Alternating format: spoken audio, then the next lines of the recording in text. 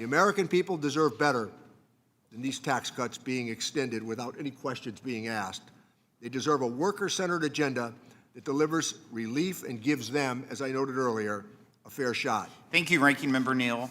I will now introduce our witnesses that's with us today. The first one, Michelle Gallagher, is a partner at Atomy Valuation and Gallagher, Flintoff and Klein. Thank you for joining us today. Your written statements will be made part of the hearing record, and you each will have 5 minutes to deliver your remarks. We'll start. Ms. Gallagher, you may begin when you're ready.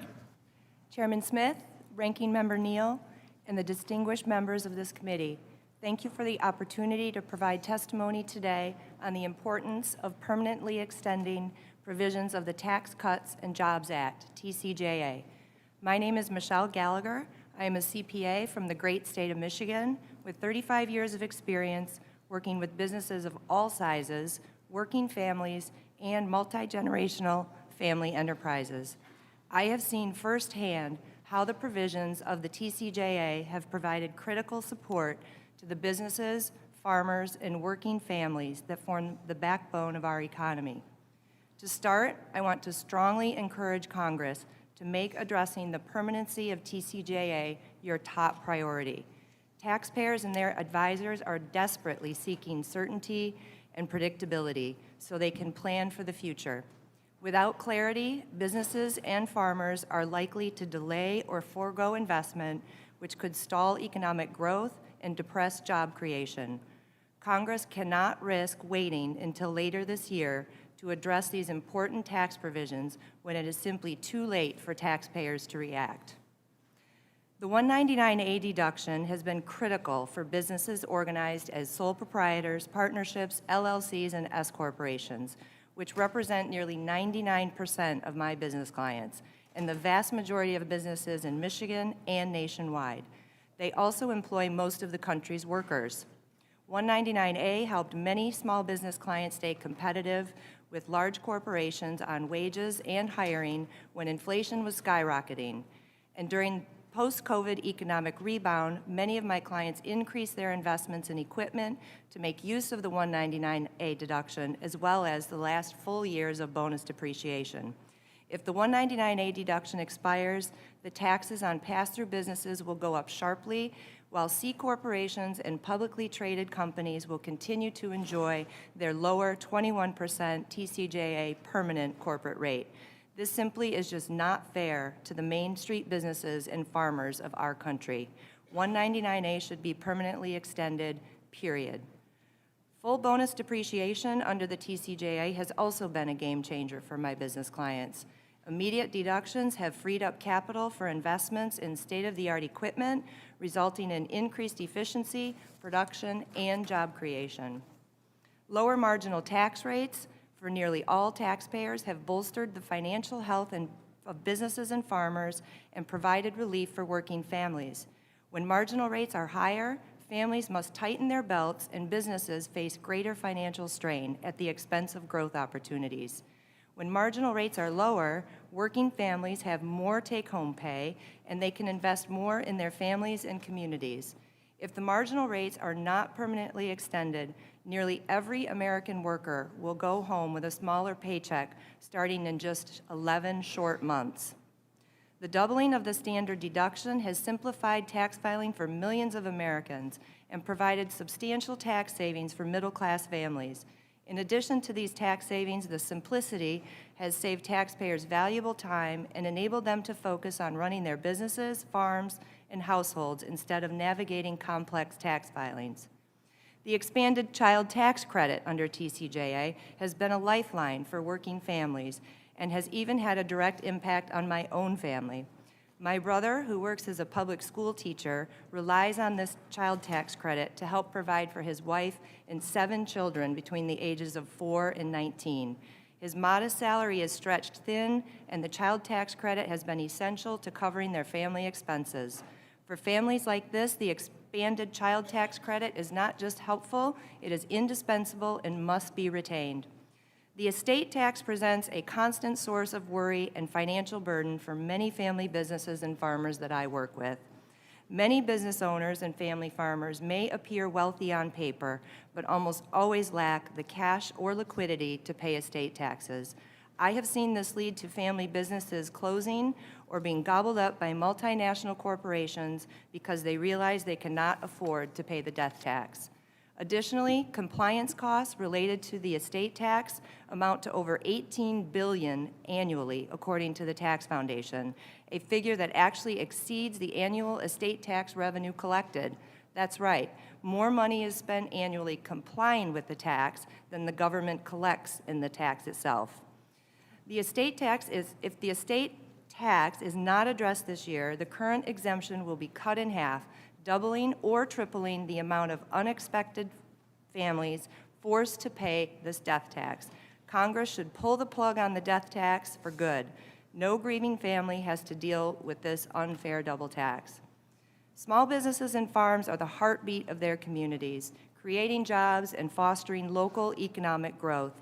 As someone who has worked closely with businesses, farmers, and working families for 35 years, I have seen the tangible benefits of the TCJA firsthand. I urge Congress to permanently and swiftly extend these provisions to provide certainty to America's small businesses, farmers, and families. Thank you for the opportunity to share my perspective. I look forward to our discussion here today. Can you speak to how this uncertainty drives decision-making today among America's families, farmers, small businesses? Yes, thank you, Chairman. My phone has been ringing off the hook since last August with the pending election of families and business owners and the uncertainty of where this tax change may go. We have been running meetings and scenarios with our clients for months now, trying to plan for the future. Many successful businesses do their forecasting out not just 1 year, which is just the year we're in now, but the most successful ones plan out 3 years, 5 years, 10 years out, especially when they're looking at investing, whether it's investing into more employees or more equipment. That takes capital, and it takes time to accumulate that capital to be able to afford it. And so it is imperative as an advisor to these folks to be able to help them navigate these tax policies. I've been around 35 tax seasons, and I have experienced last-minute tax changes by our government, and it is extremely frustrating, not only on the taxpayers, but frankly and selfishly, the advisors as well. So I can't encourage you enough to do this swiftly and quickly to help our businesses and our farmers make some decisions. Ms. Gallagher, are you aware of the fact that in TCJA that the Republican Party borrowed $2.3 trillion for the tax cut? Thank you for your question, Congressman Neal. I am not in tune with the extent of any numbers or statistics to that level for today's testimony. I am well aware there are plenty of trade-offs in all negotiations, in all tax policies that we encounter, and so I'm not familiar with the exact numbers. I'm sorry.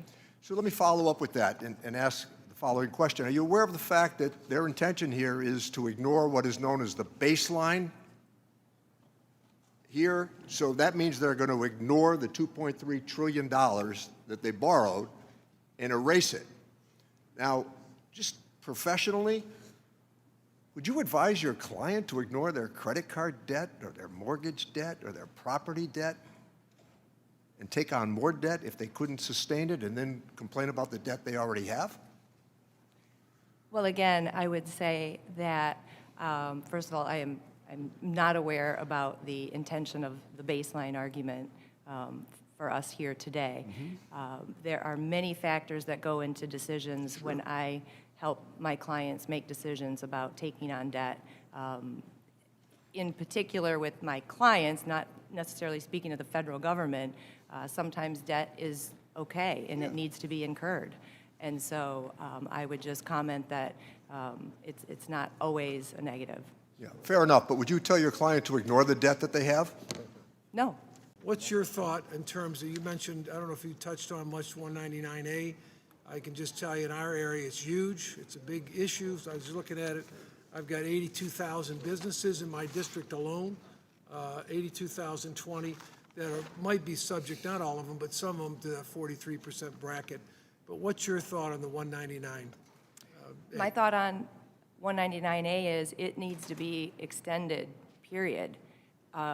It has been a lifeline for our pass-through businesses, which I just testified are 99% of my business clients. They're sole proprietors, they're partnerships, S corporations, all pass-through entities that can benefit from the 199A deduction.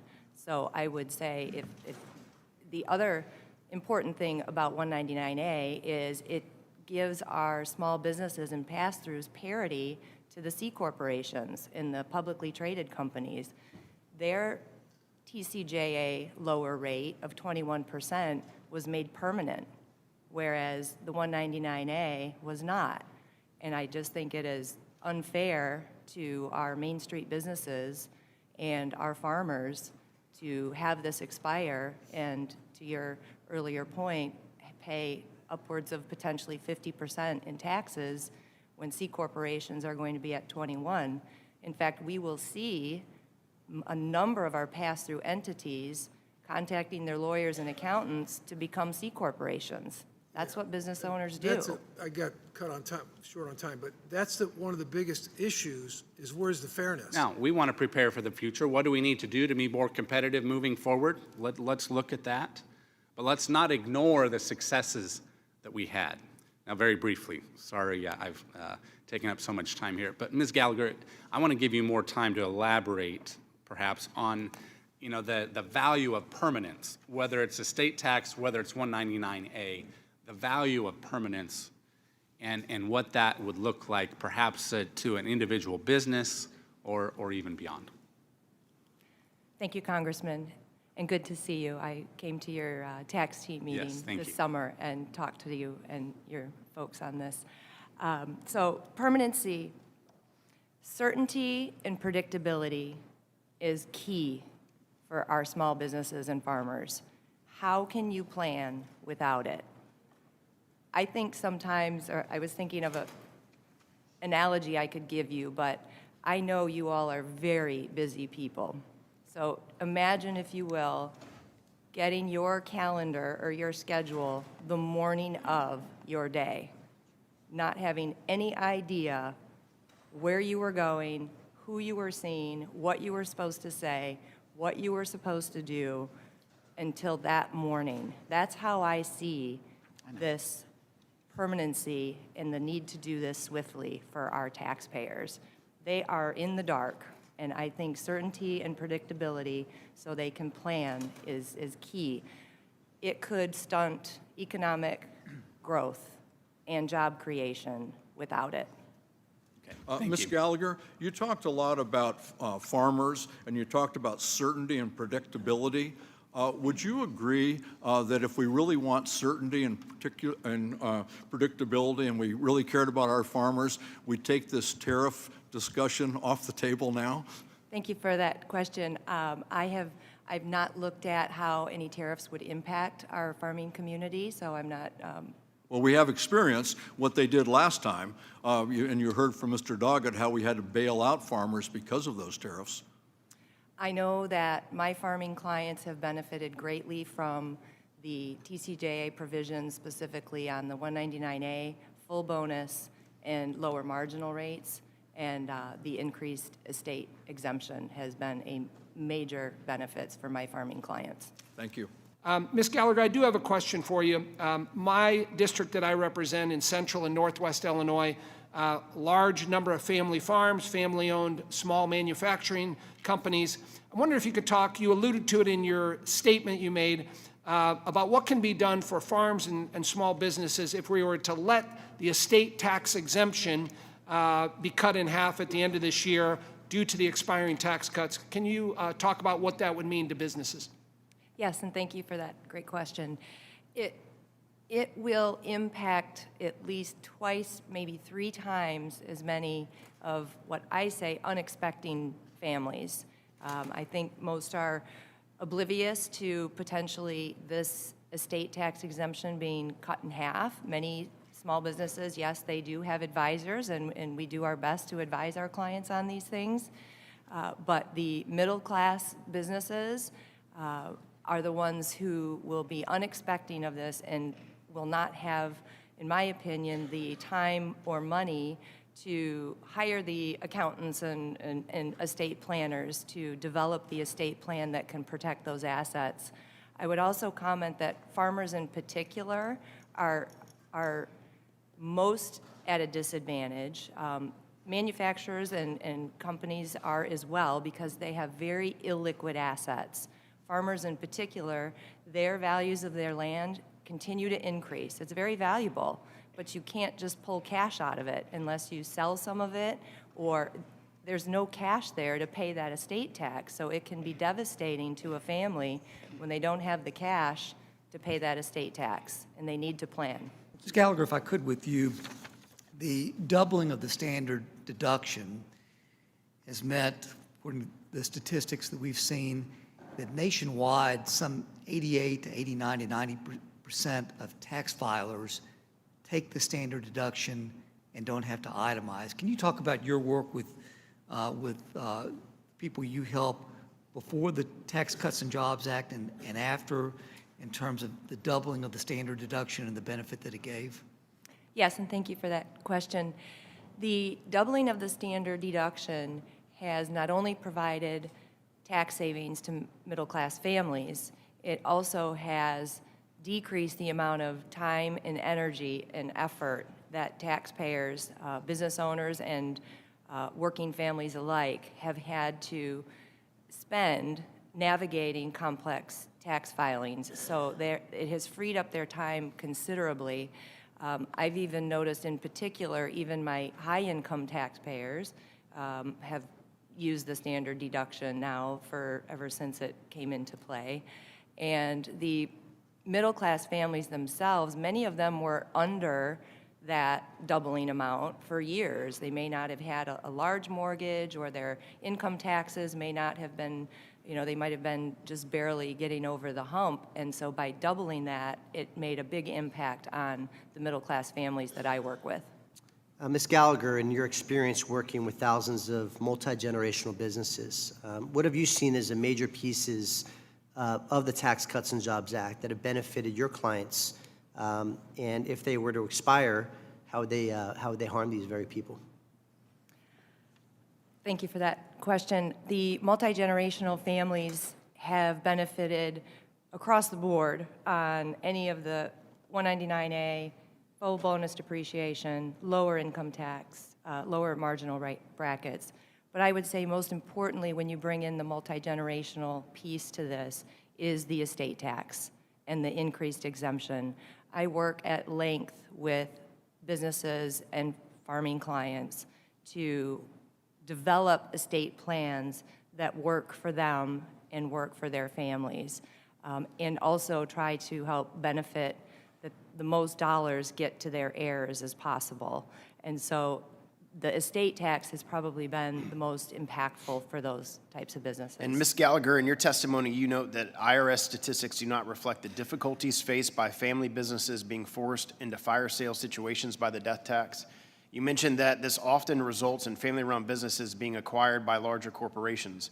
How does this affect local communities, and are employees of these family businesses impacted? Yes, they're definitely impacted, and I have seen firsthand businesses having to succumb to multinational corporations or private equity because they simply cannot afford to pay the death tax. It has impacted the communities that I've seen by the lowering of jobs and just general economic growth within the community.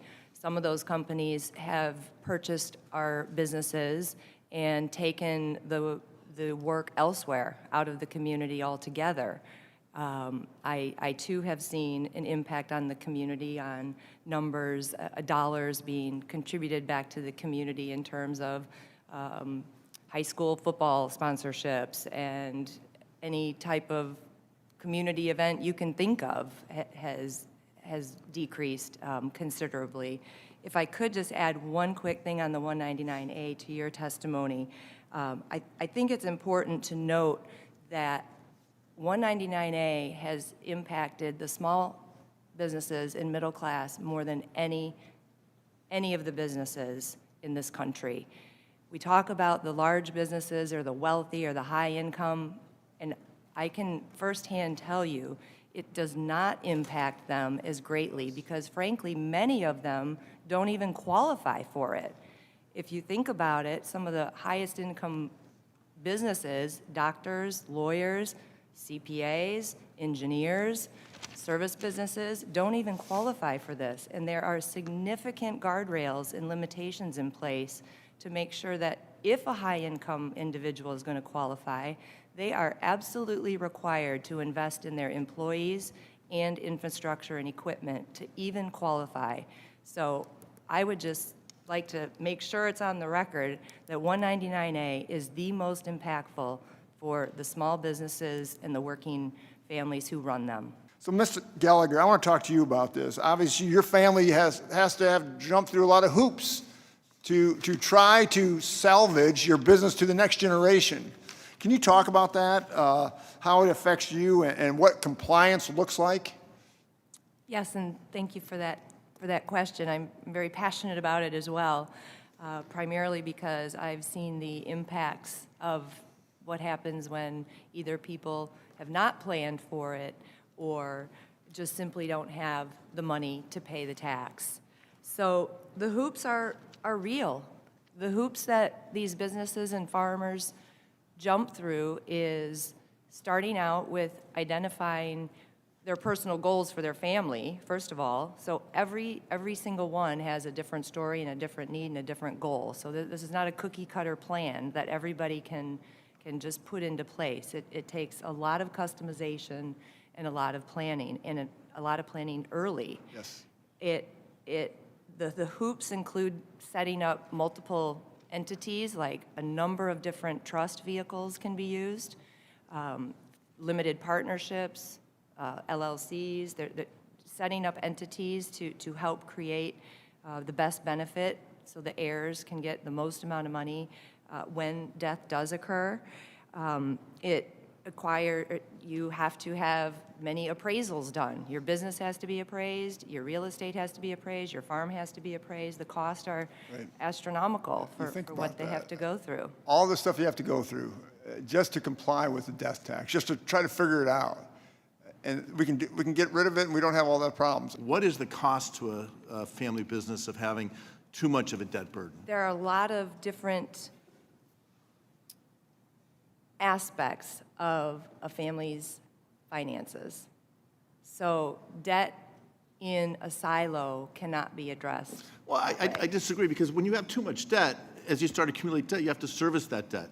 And you have to start paying the interest on the debt and start paying the principal on the debt. And as a business, as you're trying to grow, if you take on debt to maybe acquire some equipment or go and branch off into a new business line, that's going to pay itself back. But if you're taking on debt to basically spend extravagantly, that debt service is going to become a huge burden. To help those middle-class families. So I guess my question for you, first and foremost, is the alternative minimum tax should not come back, right? And if so, what kind of impact would that be on middle-class families?